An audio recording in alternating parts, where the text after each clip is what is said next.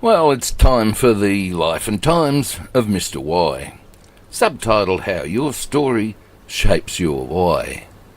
And in my case, my story, or my collection of brilliant ideas as I prefer to call them, goes something like this. And there are probably plenty of stories I could include from my early years, as they have all shaped me in one way or the other. Certainly, anyone who is a lot younger than me would need to include them all. There are a couple of significant things from my early days that are perhaps very relevant to me and worth mentioning now. The first is that my mother sent me off for speech training for many years, between the ages of 9 and 15, where I learned how to enunciate my words clearly in poetry, speech, drama, etc. At the time, it was supposed to give this reasonably shy boy a lot more confidence with public performances. Well, that it has done, but then it scared the crap out of me. I'll spare you the rest of the last child dramas and the boring teenage angst, and fast forward 15.5 years to 1971 when I started senior high school. I wanted to be an architect. For some reason, I loved drawing and designing houses. Probably as a result of my parents moving into their first home that they owned, and me being a part of the whole process, including all the landscaping and digging rock hard clay and so on. But that dream only lasted a week or two, until I had a hell of an argument with one of my teachers and charged out of the industrial arts course and stuffed him and stuffed the architecture career, as I was no longer doing the prerequisite subject for university. And now, with nothing firmly in mind to progress toward, somehow I managed to complete my HSC and pass with flying colours. Not.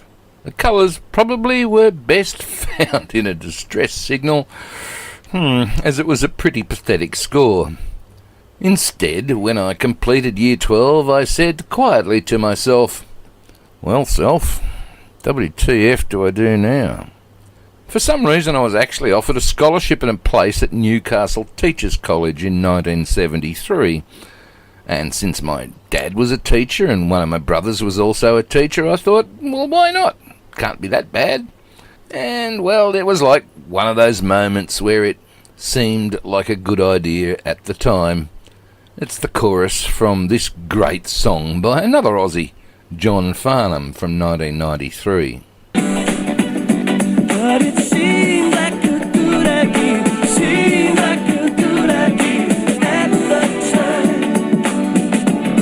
Yeah, it seemed like a good idea, seemed like a good idea at the time. The offer was upgraded to the University of New England, a much better option, I thought, as it was closer to home and offered a degree. So I headed off to uni. That's me in the picture there way back then. Oh dear. Oh well. And I started doing a science degree, lots of physics, chemistry, bio and maths. All that same stuff I excelled in. Not during the previous 2 years when I did my HSC. It didn't take me long to realise that that was just going to be far too much work for me. Fair dinkum, they had lectures all day, every day. And then tutorials, every damn afternoon until 6 p.m. Who does that sort of stuff, really? Well, so that I could have some more me time, I decided to flip over to the arts degree, where lectures weren't compulsory. And I did a couple of different subjects I was already familiar with, which I thought was the easier options.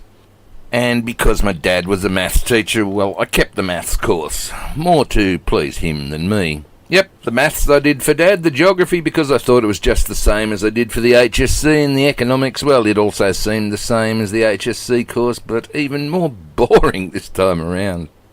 And funny thing is, I failed everything except Psychology 101 that year, the one subject I actually chose possibly for the right reason, me. And, of course, I had to show cause why I should be allowed to come back to repeat first-year university. Whoa! Big whoops there, hey? Looking back now, you can probably already see some interesting patterns forming that are creating my personal why there. To cut a long story short, somehow I managed to combine a very active social life, casual work life, and study life, and complete a 4-year arts degree plus a diploma of education in 5 years. And I became a high school geography commerce teacher in 1978. But along with many others who graduated in the social sciences then, I was surplus to needs. This was my first real lesson on government planning, not into the future. So I spent a lot of that first year babysitting, and only had a couple of classes of my own. It was also hard for me to believe that I was now actually earning far less money as a fully employed professional than I did in the previous years at uni as a student, driving taxi cabs on weekends. Well, they finally found something useful for me to do, and in 1979 they sent me off to be retrained as a careers advisor. A great move, as it turns out, as it is still an area I remain involved in to this day. What I was now doing felt a lot more meaningful. I mean, kids are supposed to spend their life at work, so they all need to be educated about that, don't they? Yep, and in conjunction with a colleague, I co-authored and self-published a textbook in our spare time. It was a survival guide to the big bad world called Who's Afraid of the Big Bad World? There were even 2 editions of it in the early 80s, and it did feature a big question mark. So even then, the why was coming out. Now that was fun, and it opened my eyes and heart to a new world of writing and publishing. And again, it is something I am still involved in today. Interestingly, again in hindsight, my dad also wrote a series of maths textbooks called Summary of Facts in the late 1960s, and I can vaguely remember helping him with that. So over the next few years, I drifted in and out of teaching, while I tried to get going on some sort of career in the publishing field. I also had to try a couple of other things at the time to provide income, including driving buses, which certainly provided a lot of the thinking time I needed. And would you believe, I even opened a waterbed shop for some unknown reason for a few months in 1984, but we won't say anything more about that, hey? Needless to say, it was a big mistake, and certainly one of life's valuable learning experiences. And no, don't cue the John Farnham music again. Fortunately, I got back into teaching in 1985, just as personal computers and Macs were starting to become very useful in schools and homes. And I stayed teaching for over a decade until the end of 1995. During that time, I also got more involved in developing and publishing my own materials, including software now, of course, print newsletters, and teaching masters, and also got extremely proficient at desktop publishing, and loved it. And in the early 90s, I developed an interest in BBSs, or bulletin board services, and had a sneaky idea to start operating a BBS and put my resources into that. Thankfully, I didn't financially commit to that brilliant idea, as the WWW as we know it started gaining public momentum around that time. Instead, I developed Australia's first careers internet-based website, and in 1995 in July launched careersonline.com.au, which was based on those teaching masters I had prepared earlier. Ta-da! And very quickly, it started serving so many people it was mind-boggling. By the end of 1995, I think we were up to 350,000 visitors a month. Wow. Now, while we were watching this and wondering how the heck we could actually make some money from it, my supervisor at work was hatching an evil plan for me for the next year in 1996. And, well, when he told me about his plan to take my working conditions back to about 1981, I think, I told him quite literally where to shove it. You know, where the sun don't shine. And resigned from teaching, again, but for the final time this time.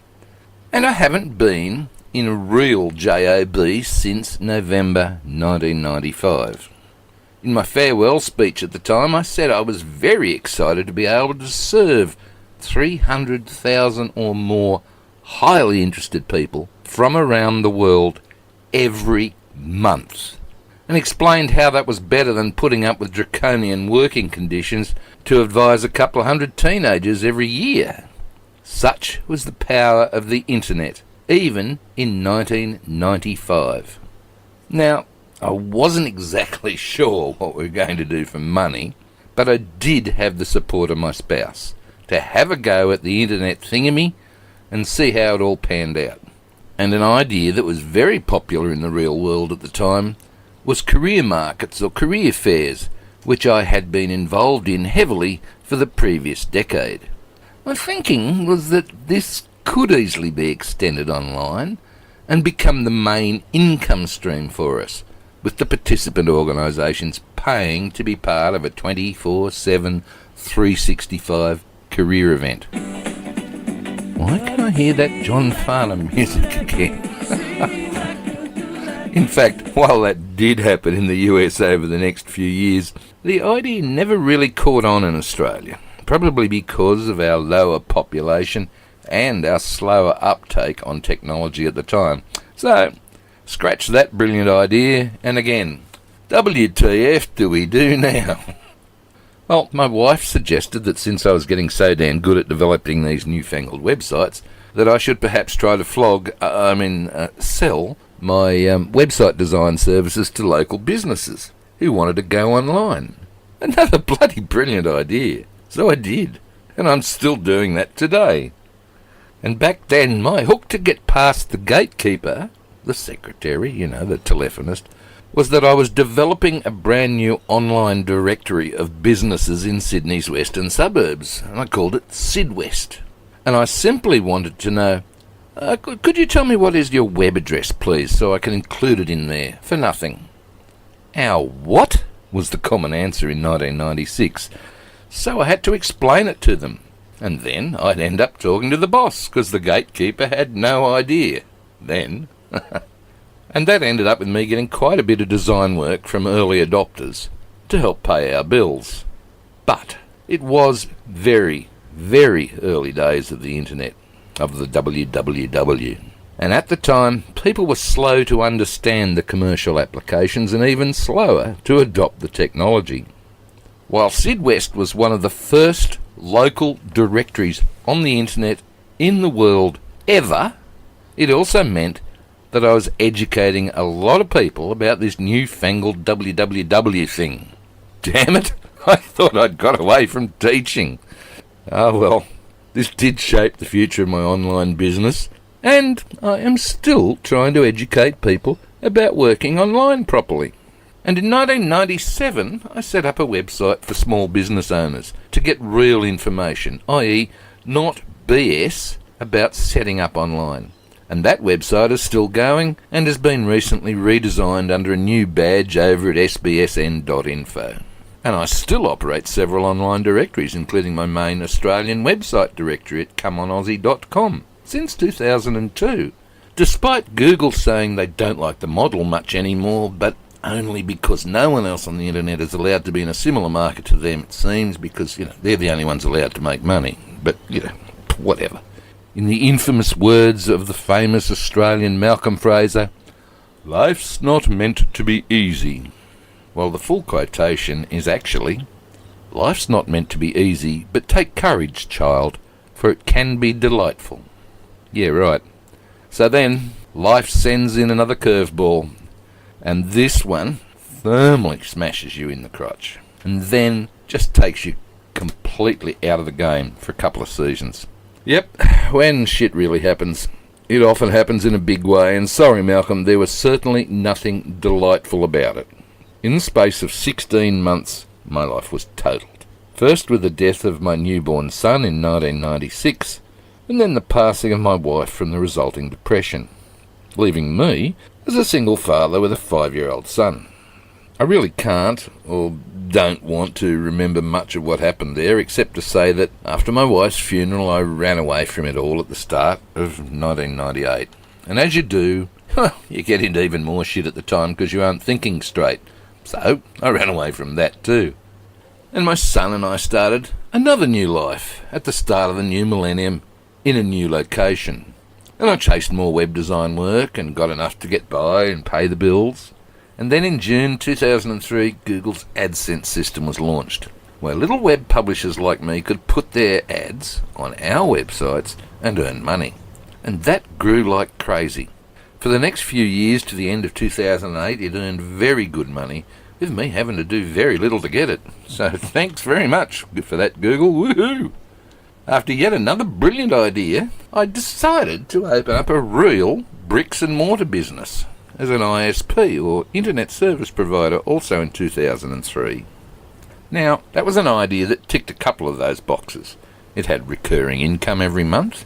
It was a necessity for people. It was in a developing and growing market. It could serve people anywhere in the country, and it was cheap to promote online. I also ran a computer repair shop and an internet cafe from the premises. Pretty good place, as it turned out. And here's an ad that I ran in the local picture theatre at the time. And I also wrote and ran a rather non-PC humorous radio jingle in 2005. Hello? Hello, sir. This is Arul from Telephone Company Overseas Call Center. Can I interest you in... Actually, mate, I'm with Come On Aussie. Do they offer up to 4 plans? No, I've got a personalised plan for internet and phone use that suits me. There's no contracts, I check my account online and the bill's itemised. Oh, my goodness. I must tell sales. Did you say ComeOnAussie? .com. .com? ComeOnAussie.com. Aussies, I think, will get the cricket reference in there. And I still offer no apologies to all the call centre spammers who are still ringing us Aussies up, trying to flog us stuff. My little ISP was growing nicely and getting to the point where it's starting to become reasonably profitable, with almost 500 customers. But around September 2006, our supplier wholesale decided he was going to take off overseas with a lot of money, and the service was closed down. And that left about 80 smaller ISPs like me across the country up the bloody proverbial creek. Oh well, I do believe in karma, so I know he will get his one day. Unfortunately, that all resulted in a relationship breakup and our house being sold, and yet another very expensive lesson from life. Gee, thanks life. And while I still had enough income to pay the bills, I also had another brilliant idea. I decided that I wanted to run away again, maybe, and become a grey nomad, and travel Australia when my son finished high school, which was still a few years away. All I had to do was to work out how to make enough money to buy a caravan and a new car to tow it with. I only needed about 100k, so that should be possible. But to make things worse, the GFC hit in 2008, and hello, global financial crisis, and the arse fell out of online advertising. Almost immediately, my AdSense income dropped over 33%, and kept that downward trend for some time afterwards, despite additional efforts to expand on the number of pages I had ads on, etc., etc. So it was time for another Plan B, or was it Plan J, or even Plan M by now? Who knows? I think I was beginning to lose count. But I didn't have one. So instead I started investigating the MMO niche, or the make money online niche, to research what the main people were doing in the marketplace. And I was blown away at what they were offering, and the price points they were charging even back then. And I said to myself, I said, with all these people being laid off due to the GFC, this could be a good market to get into to help them out. But something didn't quite gel with me at the time. My gut just kept saying, no, there was something wrong with the whole scene. And although I came up with several variations to try and break into this market, I never went through with them. And looking back, I can see that the whole scene then was mainly snake oil salesmen making a lot of money by stealing people's dreams, and not giving a crap about it. And that just wasn't something I wanted to be a part of. So while I had prepared a tremendous amount of content for it, I just couldn't find the hook to use that I was comfortable putting my name to. And I didn't want to join the ranks of all the sleazy MMO marketers, so that brilliant idea, it just went on the back burner for a while. And life went on.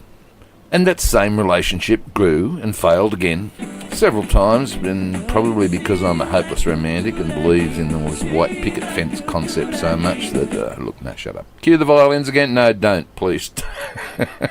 Oh, dear. Look, however, I can say that I now have two absolutely gorgeous daughters who are amazing, and I do get to see them from time to time. And a few years later, at the end of 2011, yep, you guessed it, I ran away again. Ta-da! Since my son had now finished high school, I could finally take off. Just not quite as I had planned earlier, and not in the caravan yet. So instead, we moved to the Gold Coast and tried to find new inspiration and a better life in that gorgeous part of the world. And as an experience, it was so worth it. My son left home and joined the Navy at the end of 2013, and I decided it was now time to follow my nomad dream and finally purchase that caravan. Hey, and I've been living in it and travelling along parts of the east coast of Australia ever since. Now, sometimes I don't go far at all because petrol's too bloody expensive, and if I like a place, I stay for a bit. If I don't, I move on. It's pretty simple. And it's so easy to do this sort of thing when you work for yourself online, as I only need a reasonable internet connection to be able to work, or not, whenever I want or need to. The lifestyle is great, especially when you're out there with good mates, but not so great when you spend a lot of time alone.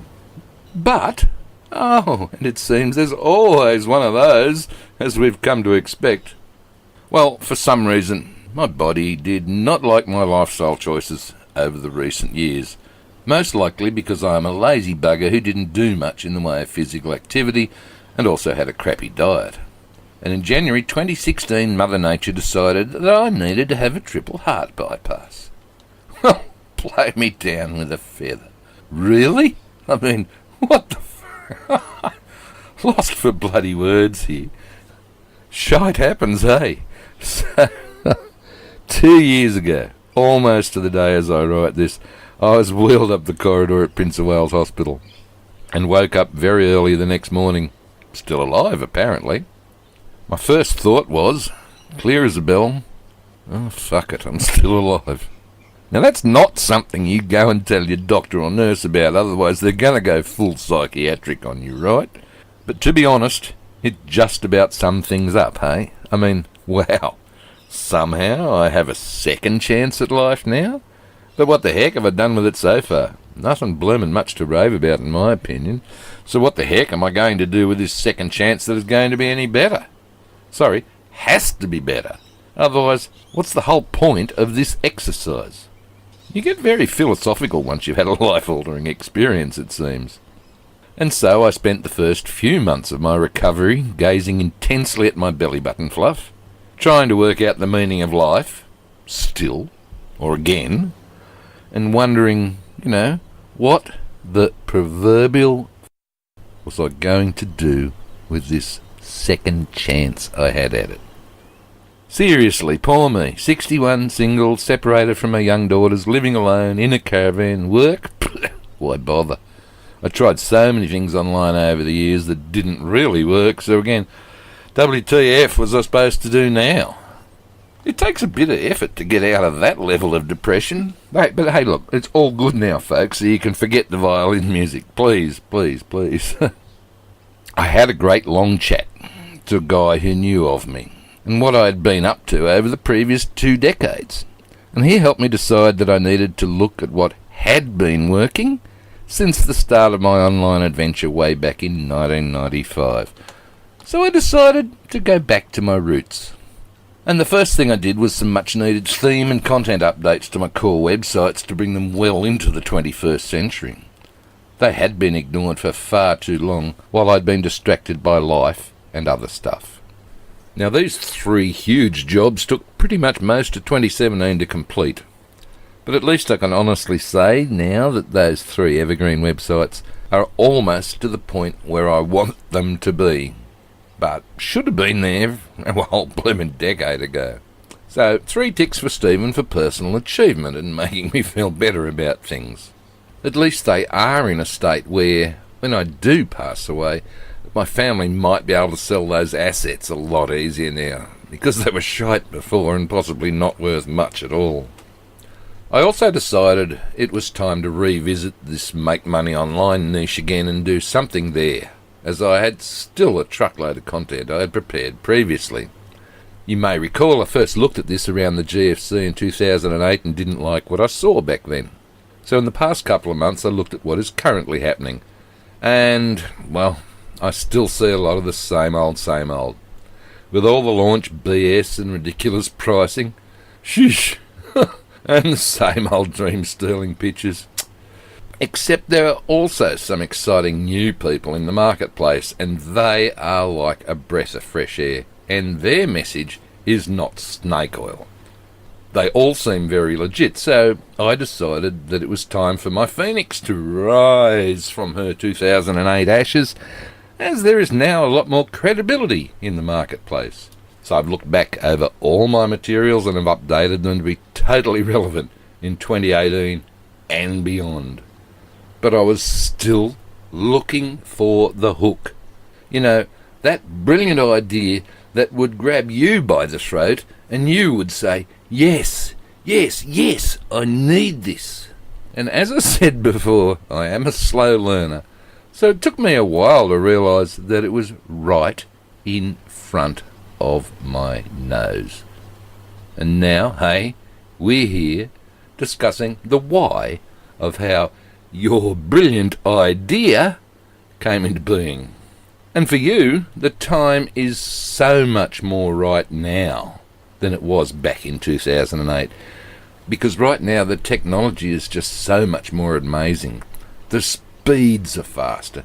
The public, your customers, are on the internet in droves, and the net is an accepted part of life now in so many countries around the world.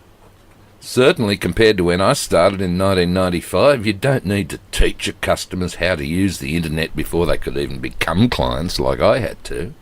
But teaching, even though I left that career in 95, is what I have done all along since then, and is still what I'm doing right now. Can you remember that I called myself an online business architect way back at the start of this story? And that dream I had in high school to be an architect? Well, it did come true. I'm just not building houses. Instead, I'm now helping people just like you design and build that online business you've been dreaming about. And together, we can turn your brilliant idea into a raging success online. Why? Because we bloody well can. And after 20 plus years of leaving the high school system, it seems I'm still acting as a careers advisor. Maybe since I'm trying to get you to consider the possibility of a totally new career path online. So let's do it. Let's get started right now and find the why behind your brilliant idea. And it doesn't matter if you don't even have the brilliant idea yet. I'll help you work on those ideas. And then we'll work out the details on how we can do something with it. And finally, we'll work out what to tell your audience so that it can stand out from whatever everyone else is doing and become a raging success. We'll have a much closer look at this in Module 1 shortly.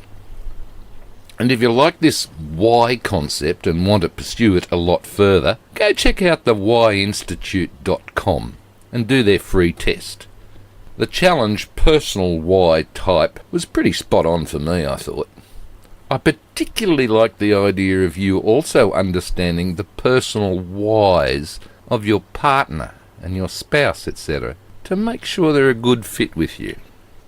Well, if you got this far, then thanks so much for listening to my story.